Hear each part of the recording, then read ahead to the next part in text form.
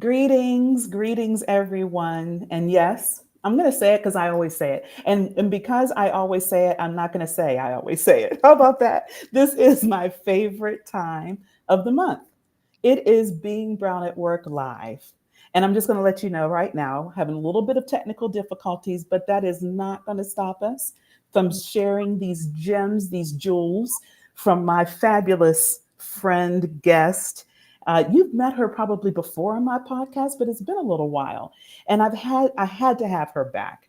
Timing is so perfect for this conversation we're about to have. But for some of you who didn't get to meet her last time, and for those of you who may have forgotten, let me introduce to you Amanda Muhammad, who is an international mindfulness based stress management and psychological safety consultant based in Dallas, Texas.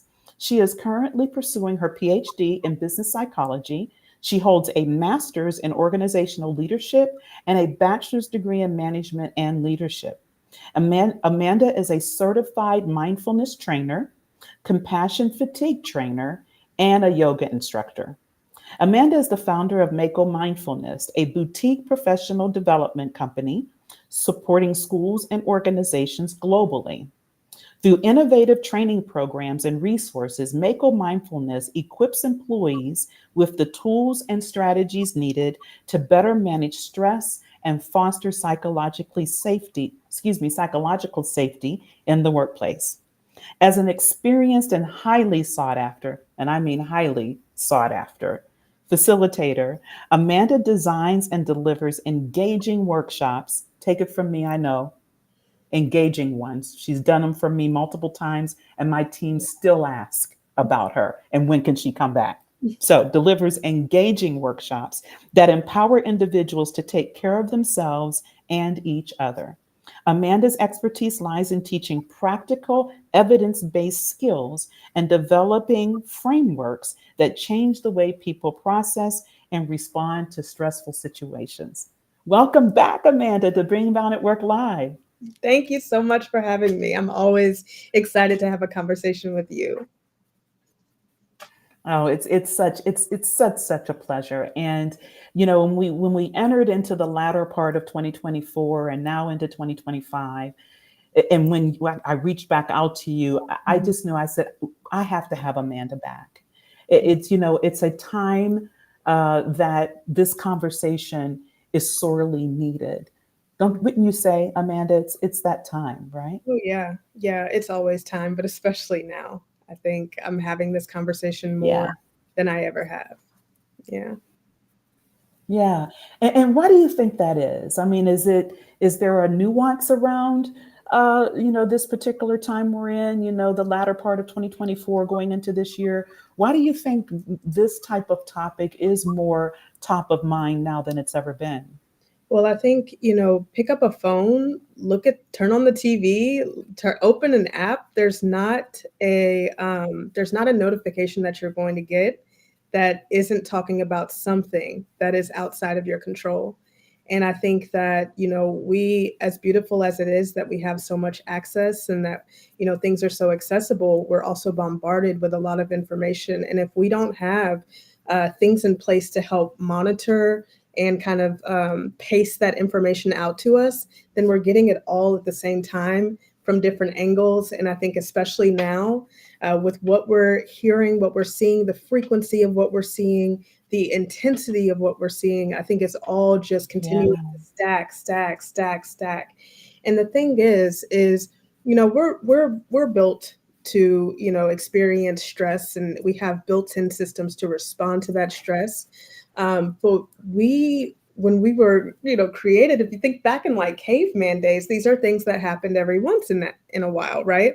But now we're experiencing Right. these things from the moment that we wake up to the moment that we go to sleep. We're constantly experiencing, and even while we're asleep, we're constantly experiencing Yeah. and witnessing things that are causing us to experience that stress. And that stress response in turn, think about every time you see the news and your heart drops or your stomach turns or you feel this tensing in your body, your Yes. body is responding to stress over and over and over again. And that is, that Yeah. is a source of what makes us sick. That's why we're overloaded. That's why we're overstimulated. So it's an incredibly important time for us to remember to tap into different tools and resources that can just help us take care of ourselves, because we're not going to be able to make all of this go away, but we can put some things in place to help us along the way. Yeah, exactly. And, as I often say, who you are personally is who you are Yeah. professionally. And I believe, Amanda, you would agree in this situation, what you just described, there's no way to separate that from the workplace, right? So, when we are bombarded and stacked upon, and then we go into the workplace, Hmm. that has a different type of stress on top of the other, then it's like we're at a point where, oh my gosh, okay, I've just had enough. Exactly. I really just can't take anymore, right? So you're Yeah. absolutely correct. That's why I thought this conversation was so important, because we do need to find ways to cope Yeah. and ways to minimize. I would, and you're the expert in this, Amanda. I wouldn't say we can totally eliminate it, right? I think we have to be real about that, but Hmm. there's ways to minimize it, right? Go ahead. Yeah. Yeah. So, and the thing is, to your point, there's no way to eliminate the things that are going on that are external, like in our environment, right? Majority of things that happen to us, we don't have any control over them. What we do have control over is how we respond. And what you were talking about is this feedback loop that I often refer to in my trainings, where you have stress and you have the way that you respond to it. And that stress that you experience, that could be personal, that could be professional, that could be external. It might not even have anything to do with you. But as we continue to feed things into this beast, and then our response, it could be the thoughts we're having, it could be the words that we're speaking, it could be the actions that we're taking. We're having this response to it, and it just continues to feed over and over and over. And again, the things that get thrown into Yeah. here, a lot of those things are outside of our control. And so if we don't do anything in response to it, that's when we see ourselves just kind of spiraling. You know what I mean? And so we want to find ways to Yeah. kind of mitigate Yeah. this and find a way to kind of interrupt that cycle in small ways so that we're not just constantly stuck in it. What's happening is there's so much that's outside of our control. And what we can talk about today are some small things that can help us to have a little bit of control and interrupt this cycle and kind of catch our breath along the way of everything that we're experiencing. Yeah. Yes. Yes. I mean, that's how you just put it is beautiful. Catch our breath, Yeah. because we do need to figure out ways to breathe, Yes. just to breathe. You seriously, and I know in some workshops you've done with me and my teams over the years, and the breathing you would have us do, some of the, especially the guys in the room, they would be like, "Oh my gosh, here we go," right? Right. Until they actually started. Remember, you can remember that, yeah, I do. right? Until they, And then start until they praising actually started doing, yeah. it. Right. And then at the end of the day or 2 days you had with us, they wanted more, right? At first they were like, oh, whatever. Then they wanted more because Yeah. they understood the benefits. So why don't we jump right into that, Sure. Amanda? Because what I'd love is in our second session that we're going to have this month, I'd like to kind of circle back to actionable steps, but even do it like for the employers, creating that psychological safety space for these people coming in to work and they've been so heavy loaded. But right now, to your point, what are some of the things that we can do to just help us be able to breathe? Yeah. Well, I think the first thing is to even just recognize where you are, right? Because if you can get a pulse check on where you are, then you can also see the gap and where you need to go. So, one thing that I've been Mm. doing with my best friend lately is we've been doing like a mental health check in on a scale of 1 to 10. And sometimes you might be under a one, you know what I mean? But like, so are you at a Right. five? Are you at a six? And we actually say, okay, like, what can we do to close that gap? When I woke up in the morning, yesterday I was at a five, and then I got on my walk pad. And by the end of my workout, after, because I pray from my walk pad, I like pray out loud while I'm walking, and I listen to something motivational.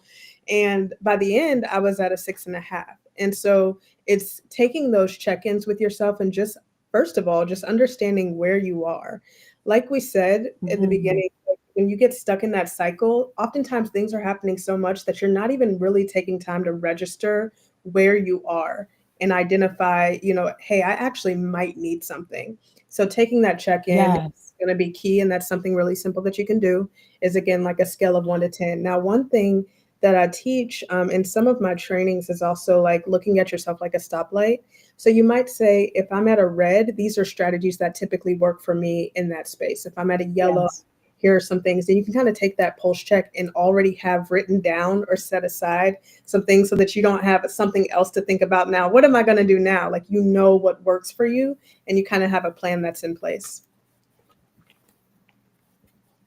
I love that, Amanda, and taking that awareness moment, right? Mhm. And if you don't mind me sharing, I think it's important that once we realize we're a 4 or a 5, to Mhm. know that it's okay Oh, yeah. to be a 4 or 5, Hmm. right? Because last year I went through a bit of depression for, I would say, probably half the year. Well, I would say probably spring into summer, of which I did not realize I was depressed Hmm. because I knew I felt sad and I Hmm. felt heavy and I felt weighted, but I just thought, oh, I'm tired.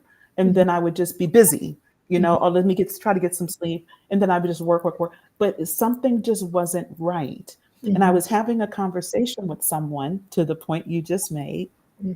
And she said to me, Linda, are you depressed? And we were having cocktails and I kind of sat back and I said, am I depressed? Why would you say that? Right. And then she said, did kind of a reciprocal, well, of noticing this about you and some things you said. And I tell you, Amanda, that awareness Hmm. was everything, Hmm. right? It really helped me. So that check-in you do with your friend, and like that conversation was kind of out of the blue. I mean, she just mentioned it, but it was so on point for me in the spring of last year. And then for me, what I needed was therapy. Hmm. And so, I entered into that into the summertime, and it's been transformational. And for me, it was the loss of my mom the year before and the nuances around our relationship. And as I tell my audience and my clients, who you are personally is who you are professionally. And I was carrying that stuff into the workplace. I was not myself, right? Hmm. Because it impacted who I was in here and in here. So Hmm. I think what you just shared that you do with your friend is so important, to Hmm. have someone that you can have those check ins with. But Yeah. then once you get that awareness, be okay with it, Yeah. right? Yeah. I think, first of all, thank you for sharing that. And I think it's something, I know that had to be a hard experience for you, and it's really brave for you to share it.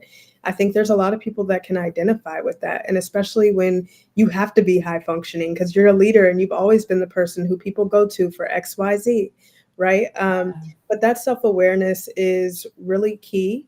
And it's actually when I do lead companies or teams through our psychological safety training, that's why I actually start with stress resilience slash self awareness.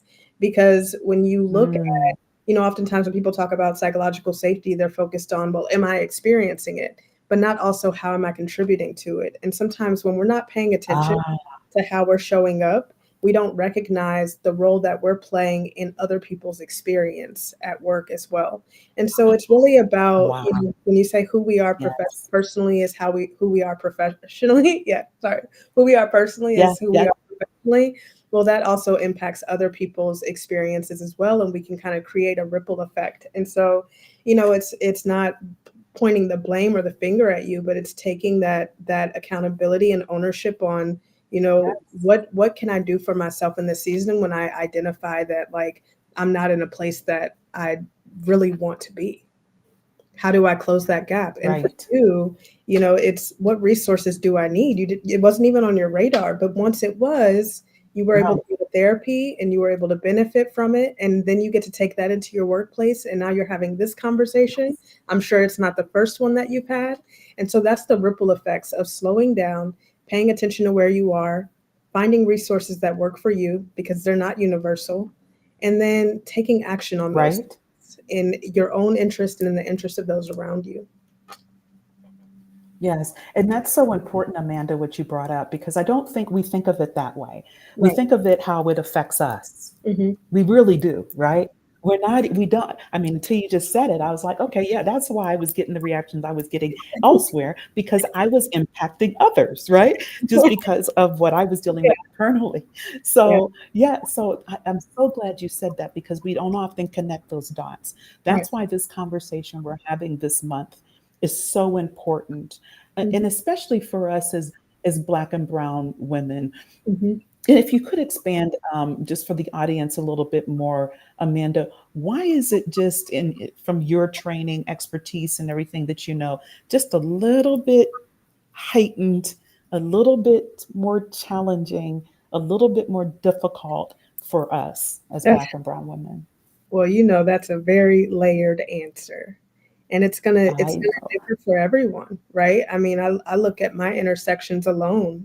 I'm a Black woman. I come from an interfaith household. I'm an entrepreneur. I've, all of the different things that I have historically, right? But I think also when we look at some of the most tragic things that we see going on as Black and Brown women, they look like us. We see ourselves in Yes. their pain. And especially if you are an empathetic person and you're watching this to your wits end, and then you turn around and you have conversations about it with other Black women, and it can get amplified. And it's a beautiful thing to have community. And sometimes when you're Yes. constantly surrounded by that and having those conversations, it can be more loaded. Really. You see someone that looks like you identify with the things that you experience, you see going on, you see the trajectory that we're headed on, and you look at all of the subsequent impacts that they could have or that they are actively having, and it's heavy. It's really heavy. Yeah. um, and with Yeah. that, that's why it's so important that sometimes we put it down and take that pause Yes. from it, and look for ways to also find some hope and some joy, because if we only look at that, then that's Right. what's going to amplify. If you take it from a law of attraction standpoint, to say what you focus on expands. And that's something that Yes. I have experienced myself in the last couple of weeks specifically. But what I had noticed was I had to like stop, and so if I could throw in another, Mhm. I would say, just be mindful of your consumption of what you're watching, because, news and different media outlets, they are intentionally telling us a story about who we are, and we have to tell that story for ourselves. And if we're not careful, we'll let other people tell us, more about our Yes. pain and how we should feel. And alongside everything that we are experiencing, there are still some really beautiful things that are happening in the Black community.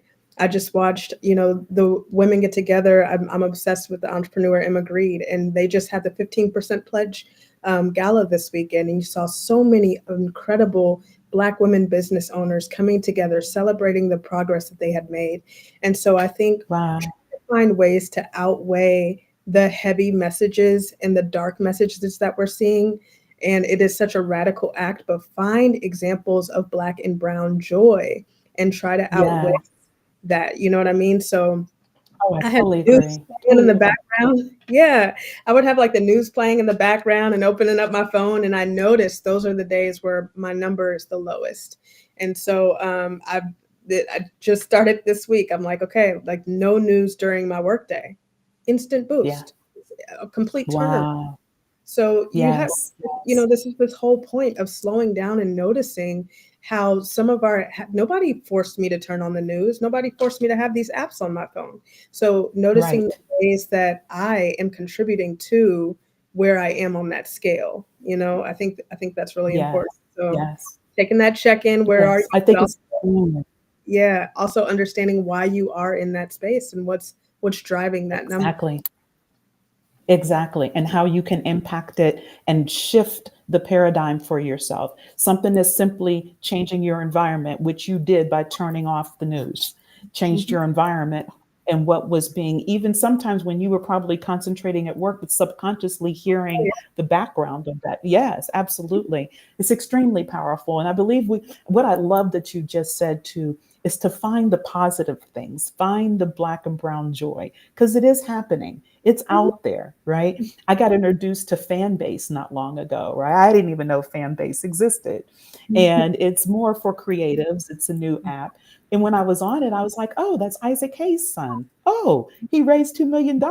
Oh, and it was like, and then, he's like, he's got these real creative, cool people on this platform. And I was like, oh, it gave me so much joy to Yeah. discover this social media app, a platform that I had no idea existed, and to Mhm. see so much creativity, to laugh because it had some postings on there that are like TikTok type posts where people are hilarious, and to your point, that raised my attitude. I'll never forget. I stumbled upon. I think I was traveling. I was doing something. I was heavy into an issue, and I took a break, and I just grabbed my phone, and I stumbled upon it, and I was like, and I felt so much better. But it was because I was laughing, and it's Mhm. because I had found joy, right? Yeah.